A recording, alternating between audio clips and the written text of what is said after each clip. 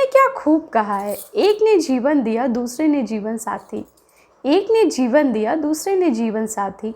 जब दोनों ने इतना सब दिया तो एक से इतना कम और एक से बेइंतहा प्यार क्यों। हेलो माय लवली पीपल, मैं हूँ प्रिया और मैं लेकर आती हूँ आपके लिए लाइफ स्टोरीज जिसे आप अपनी लाइफ से रिलेट कर सकें, अपनी लाइफ की छोटी छोटी प्रॉब्लम्स को समझ सकें एंड अपनी लाइफ को एनहांस कर सकें। सो ऐसी ही है मेरी आज की स्टोरी एक सास बहू के बारे में।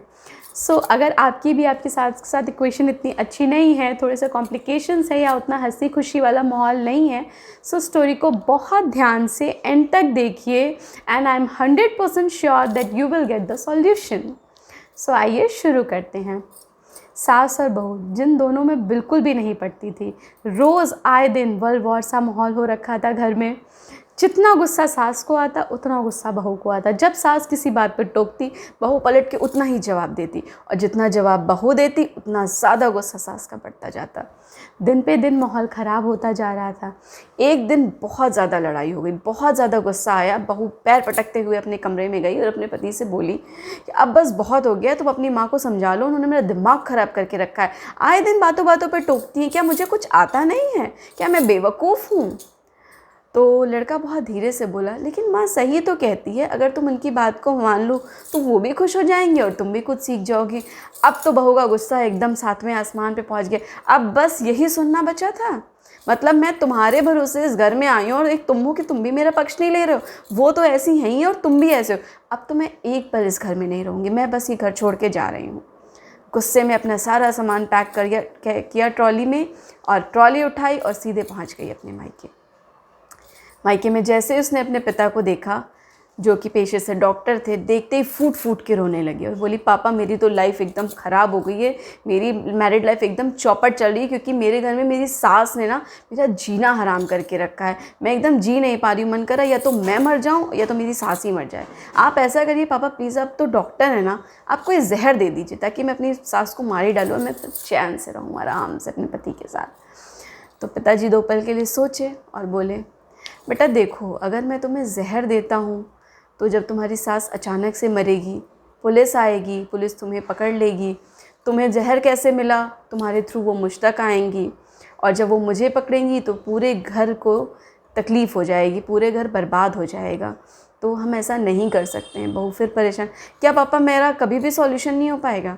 उनके पिताजी बोले, नहीं नहीं, मेरे पास एक और सॉल्यूशन है, लेकिन उसकी कुछ शर्तें हैं जो तुम्हें बहुत अच्छे से माननी पड़ेंगी।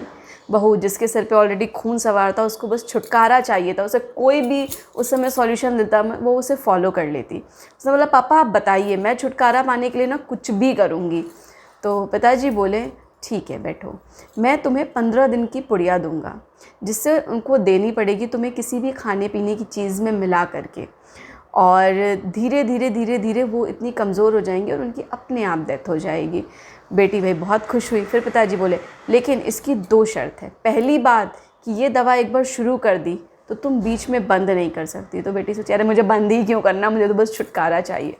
दूसरी शर्त कि ये चीज़ तुम्हें खाने पीने की चीज़ों में मिला के देनी है, तो अगर तुम कुछ भी गुस्से में उन्हें खाने के लिए दोगी वो बिल्कुल भी नहीं खाएंगी, तुम्हें उन्हें प्यार से देना है। तो इसके लिए तुम्हें उनके साथ प्यार से बर्ताव करना पड़ेगा, मिलजुल के रहना पड़ेगा। बेटी को तो भाई सब मंजूर था क्योंकि उसे छुटकारा चाहिए था। उसने फटाफट दवाएं उठाई और पहुंच गई अपने मायके। जैसे पिताजी ने बोला था एकदम वैसे ही किया। जाते ही सबके पैरों में गिर के माफ़ी मांगी, पति से मांगी, माँ से मांगी, सासू माँ से। बोली, मुझे माफ़ कर दीजिए मेरे बर्ताव के लिए, मैं आज के बाद ये गलती कभी नहीं करूँगी। फिर उसके बाद सास तो बोलती भी थी, किसी न किसी बात के लिए टोकती थी। तो सास जब भी टोकती बहू कोई जवाब नहीं देती, सिर्फ मुस्कुरा के चली जाती।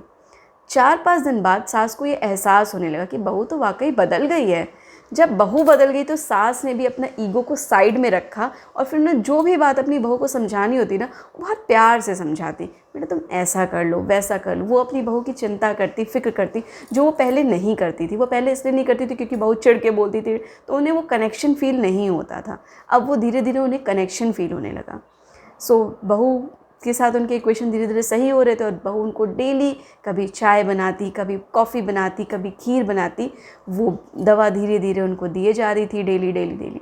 10वें दिन तक ऐसा हुआ कि दोनों की इक्वेशन काफ़ी सुधर गए।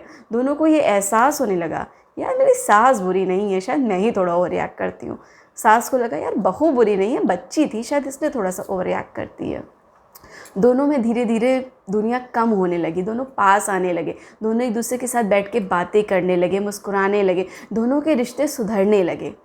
और एक तरफ उनके रिश्ते सुधर रहे थे और दूसरी तरफ वो दवा देने के कारण उसकी सास की तबीयत धीरे धीरे बिगड़ रही थी। जब 12वां दिन आया तो बहू को बहुत चिंता होने लगी, क्योंकि सास दिन पर दिन कमज़ोर होती जा रही थी। बहू को बहुत चिंता होने लगी। वो दौड़ते हुए अपने पिताजी के पास गई और बोली, पापा मेरी सास ना इतनी भी बुरी नहीं है, आप दवा रोक दीजिए, मैं उन्हें झेल लूँगी, उन्हें मैनेज कर लूँगी, मैंने उनके साथ रहना सीख लिया है।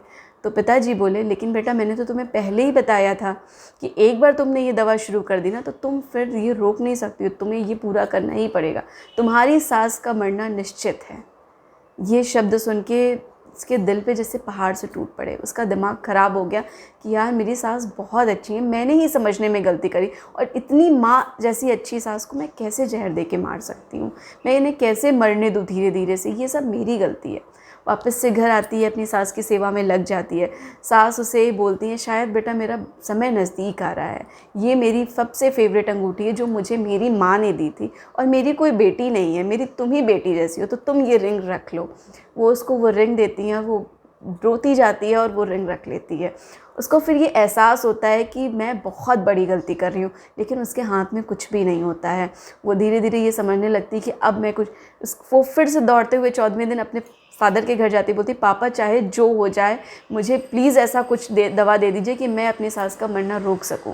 उसके पिताजी बोलते, बेटा वैसा कुछ नहीं हो सकता, अगर तुम बीच में रोकोगी मेडिकेशन में, ट्रीटमेंट में पता चल जाएगा कि उनको हम लोग क्या दे रहे थे, सो हम फंस सकते हैं। बहू फिर बोलना शुरू करती, नहीं पापा मैं चाहे फंस जाऊँ, मैं चाहे जेल चली जाऊँ, प्लीज़ आप पापा मुझे कुछ दीजिए, पापा प्लीज़ कुछ करिए, पापा मैं उनको ऐसे नहीं देख सकती मरते हुए, पापा आप तो डॉक्टर हैं ना, प्लीज़ कुछ करिए।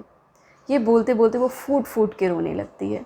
उसके पिताजी उसे चुप कराते हैं, बोलते हैं, बेटा मैं एक डॉक्टर हूँ, मैं लोगों की जान बचाता हूँ, मैं लोगों की जान लेता नहीं हूँ। मैंने उनको कोई भी ऐसी दवा नहीं दी है जिससे उनकी जान चली जाए।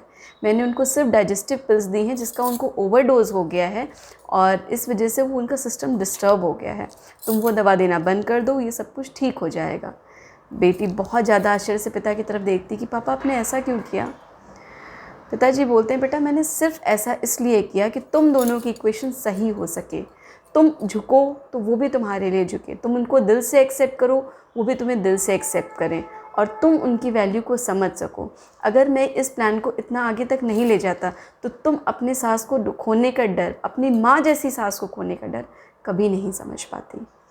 बेटी को रियलाइज़ होता है कि उनके पापा ने उनको बहुत बड़ी बात सिखाई है।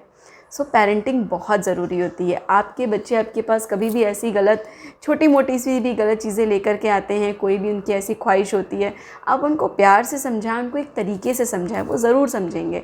अगर आप एक अच्छे माँ बाप बनेंगे ना तो आपके बच्चे भी बहुत अच्छे इंसान बनेंगे। सो वो दौड़ के अपने घर जाती हैं और घर जाके ज़ोर से अपनी सासू माँ से गले लगती हैं, उनसे तहे दिल से माफ़ी मांगती है कि मैंने ऐसे ऐसे गलत किया है, लेकिन मैं आगे से आपको बहुत प्यार करूँगी, मैं अपनी सारी गलतियाँ स्वीकार करती हूँ, आप जो बोलेंगी जैसा बोलेंगी वैसा ही करूँगी। उसके बाद से दोनों एकदम माँ बेटी की तरह खुशी खुशी रहने लगती हैं और बहुत मज़े करती हैं। सो फ्रेंड्स, आई होप आपको ये स्टोरी अच्छी लगी हो। सो ये डिफरेंस था माँ और सासू माँ के बीच का, जो हम जल्दी से हर इंसान एक्सेप्ट नहीं कर पाता है। बट अगर हमारी माँ ने हमको लाइफ दिया है तो हमारी सासू माँ ने भी तो हमको लाइफ पार्टनर दिया है ना।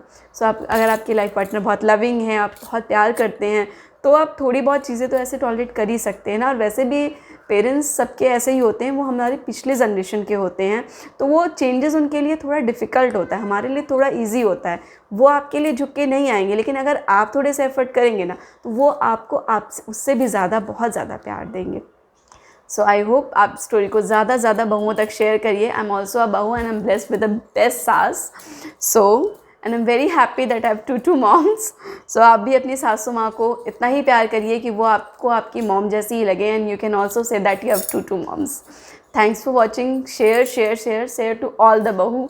Thanks for watching. Bye bye.